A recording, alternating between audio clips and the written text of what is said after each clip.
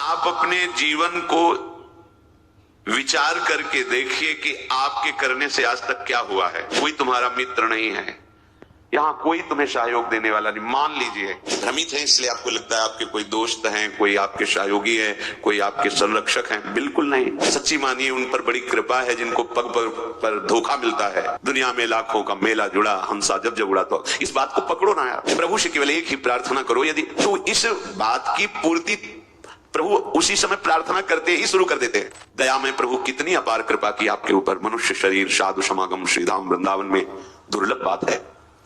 आप अपने जीवन को विचार करके देखिए कि आपके करने से आज तक क्या हुआ है। बिगड़ा ही है, बना नहीं है। ये इसलिए विचार कीजिए कि आप अहंकार रहित होकर प्रभु की कृपा का आश्रय लेकर हृदय से प्रभु के चरणों का सहारा ले लीजिए। बच जाओगे, दुख से बच जाओगे। कोई तुम्हारा मित्र नहीं है, यहां कोई तुम्हें सहयोग देने वाला नहीं। मान लीजिए आप लोग भ्रमित हैं इसलिए आपको लगता है आपके कोई दोस्त हैं, कोई आपके सहयोगी है, कोई आपके संरक्षक हैं। बिल्कुल नहीं। बाहरी सब कुछ हो सकता है, आंतरिक रक्षा करने वाला केवल श्री कृष्ण है, दूसरा नहीं है। सच्ची मानिए उन पर बड़ी कृपा है जिनको पग पर धोखा मिलता है, प्रतिकूलता मिलती है तो उनको असलियत समझ में आ जाती है। फिर वो सत्य की तरफ मुड़ते हैं, उन्हें साधु समागम मिलता है और वो सत्य में प्रतिष्ठित हो जाते हैं। आज से हमें यह समझना चाहिए कि भगवत कृपा पात्र हैं। अब हमारी दुर्गति नहीं हो सकती क्योंकि प्रभु की कृपा किसी निमित्त को लेकर के नहीं हुई है, अहेतु की कृपा है। तो अब हमारे कल्याण में कोई संशय नहीं। सच्ची मानिए, ये विश्वास करोगे तो हो जाएगा। विश्वास करो, ये जादू की बात है। मेरा कहां कल्याण होगा, मैं तो गृहस्थ हूं, मैं विषयों में फंसा हूं, मैं दुर्गति पक्की है। नहीं, कुछ भी हो, मेरे में सामर्थ्य तो नहीं, मैं तो अधम हूं, नीच हूं, पर मेरे प्रभु बड़े कृपालु है। मेरा निश्चित इस जन्म में कल्याण हो जाएगा, पक्का हो जाएगा। आप विश्वास कीजिए। आप हर समय अपने भाग्य को सराहिए। मैं प्रभु का शरणागत हूं, अहो भाग्य मेरे, प्रभु ने मुझे स्वीकार कर लिया। अगर स्वीकार किया ना होता तो मुझे साधु संग न मिलता। जो प्रभु मोहि अनुग्रह कीन्हा, तो तुम आई दर्श हट दीन्हा। देखो प्रभु ने मेरे पर कृपा की ना, तो हे महाभागवत हनुमान जी, आप अपनी तरफ से आकर मुझे दर्शन दिए ना। अब मोहि भाव भरोसा हनुमंता, बिनु हरि कृपा मिले नहीं संता। आज मुझे भरोसा हो गया कि हरि की हमारे ऊपर कृपा है, क्योंकि कृपा ना होती तो आप मुझे दर्शन न देते। आपके समीप हमें भगवत चर्चा करने का सौभाग्य, सुनने का सौभाग्य न मिलता। हम लोग जैसे भी हैं अपने प्रियालाल के हैं। झूठी से ही सही तुम मान लो तो ये झूठी बात नहीं होगी, सच्ची है, क्योंकि है हम। संसार में तुम सत्य मान रहे हो पर सब झूठा है झूठा। तुम चाहे जितना सत्य मानो, ये मेरा कोई तेरा नहीं। दुनिया में लाखों का मेला जुड़ा, हंसा जब जब उड़ा। तो इस बात को पकड़ो ना यार। कोई साथी नहीं, कोई साथ नहीं। एक साथी है, केवल श्री हरि नाम, केवल राधा नाम। क्योंकि राधा नाम, हरि नाम ही हरि को प्रकाशित करता है। इसलिए हमारा तो हरि प्रिया से भी प्रिय इनका नाम है। इनसे भी ज्यादा महत्व इनके नाम में हमें देना है, क्योंकि नाम से ही इनका परिचय, नाम से ही हमारा संबंध दृढ़ होता है। झूठी हुई हम मान ले कि हम प्रियालाल के हैं तो झूठा नहीं होगा, वो सत्य, क्योंकि हम हैं उनके। आप झूठ से भी इच्छा करने लगो, इच्छा नहीं भगवत दर्शन की, पर झूठ से भी करने लगो अब तो कल्याण हो जाए इसी जन्म में, अब तो प्रियालाल मिल जाए इसी जन्म में। वो मिल जाएंगे। झूठा खेल है, साचा होए, क्योंकि ये साचा खेल है। इसमें नाटक भी करे भक्ति का तो भगवान कृपा करके उसे सच्चा भक्त बना देते हैं। बस आश्रय ले ले भगवान का।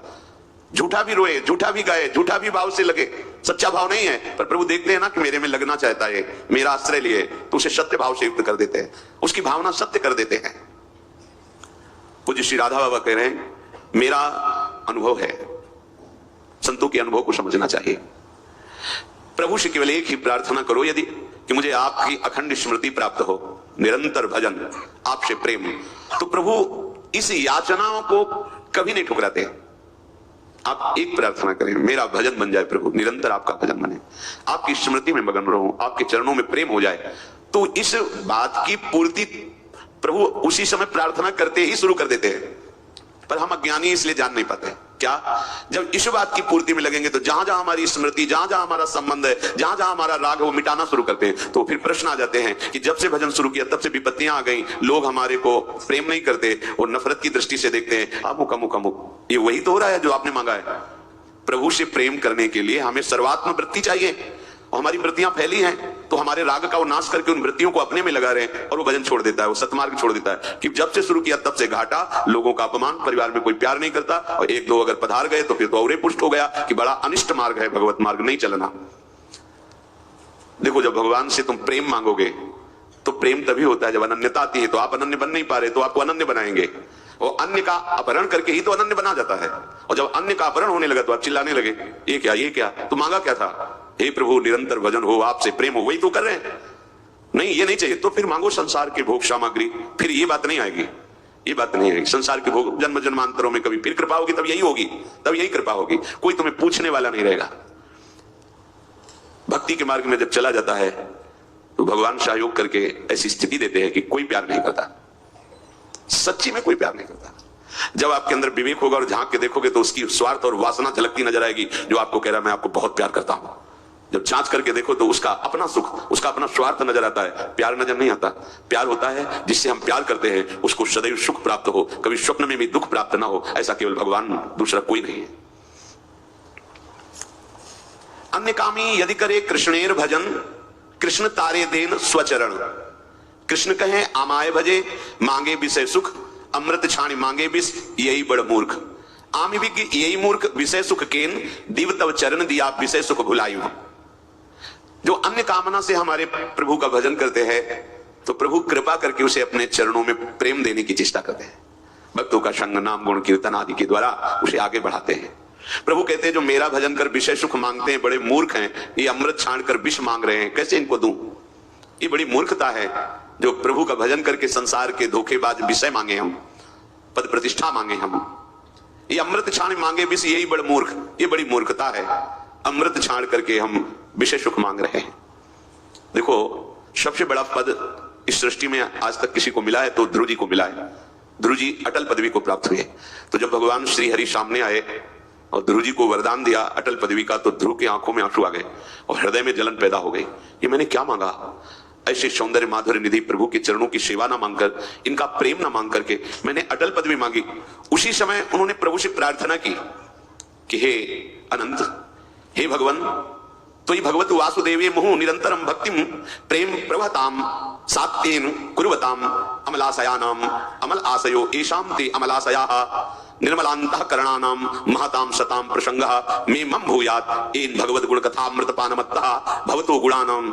हे प्रभु, मेरे से चूक हो गई। मेरे अंदर कामना थी कि मैं ऐसा पद प्राप्त करूंगा जो हमारे पिता और पितामह को भी नहीं है। प्रभु, ये चूक इसलिए हो गई कि बहुत काल तक आपके प्रेमी संतों का संग नहीं मिला। इसलिए हे अनंत, हे भगवान, भक्ति मुहु प्रवहताम त्वयि मे प्रसंगो भूयाद अनंत महताम अमलाशयानाम एनांजसोल्वण मुरु व्यसनम भवाब्धिम निश्चय भवत गुण कथा अमृत पानमत्तः। प्रभु, जो आपके नाम जप में, आपकी लीला कथा कहने सुनने में मत हैं, ऐसे अपने प्रेमी संतों का मुझे संग दे दो। मुझसे जो चूक हुई, क्या चूक हुई? ये जो अटल पदवी मिली, देखो जलन हो रही हृदय में कि मैंने अटल पदवी क्यों मांगी, प्रभु की दासता क्यों नहीं मांगी। अटल पदवी ऐसी कि सप्तऋषि परिक्रमा करते हैं, सर्वश्रेष्ठ पद पर ध्रुव जी आज भी विराजमान है, पर उनको बड़ा दुख हुआ कि मैंने क्यों मांगा। सोचो, उस अटल पदवी, अपने तो थोड़े थोड़े विषय मांग रहे हैं, उनको दुख हुआ कि मैंने दासत्व क्यों नहीं मांगा। प्रभु के समीप निरंतर रहकर इनकी श्रीअंग की सेवा करता, ऐसे प्रेम निधि प्रभु के संग क्रीड़ा करता। ये चूक कहां से हो गई? पता चला भगवत प्रेमी महात्माओं का संग नहीं हुआ, इसीलिए चूक हो गई। तो कह रहे कि हे भगवान, आप यदि हम पे प्रसन्न हो तो आपके भाव में जो भरे हुए भक्तजन हैं, जो आपकी लीला कथा में उन्मत्त हैं, तृप्त